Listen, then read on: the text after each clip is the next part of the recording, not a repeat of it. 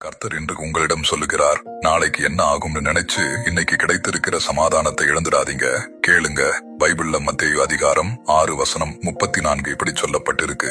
ஆகையால் நாளைக்காக கவலைப்படாதிருங்கள், நாளை தினம் தன்னுடையவைகளுக்காக கவலைப்படும். அந்தந்த நாளுக்கு அதினதின் பாடு போதும். நம்மளோட நிறைய கவலைகள் இன்னைக்கு நடக்கிற விஷயத்தை பற்றியே இருக்காது. நாளைக்கு என்ன ஆகும், பணம் போதுமா, வேலை இருக்குமா, இந்த பிரச்சனை சரியாகுமா, நான் நினைச்சது நடக்குமா, இப்படின்னு இன்னும் நடக்காத விஷயங்களை நினைச்சுதான் மனசை கஷ்டப்படுத்திக்கிறோம். ஆனா இயேசு நாளைய பற்றி யோசிக்கவே கூடாதுன்னு சொல்லல.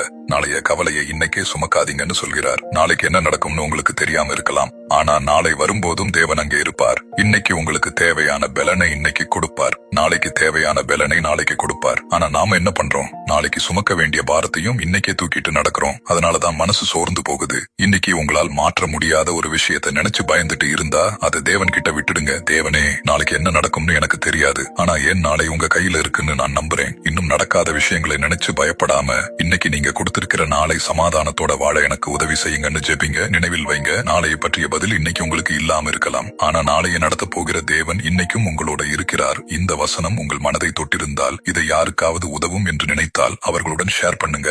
கமெண்ட் இல்லாம சொல்லுங்க. கர்த்தர் தாமே உங்களை ஆசீர்வதிப்பாராக. ஆமேன்.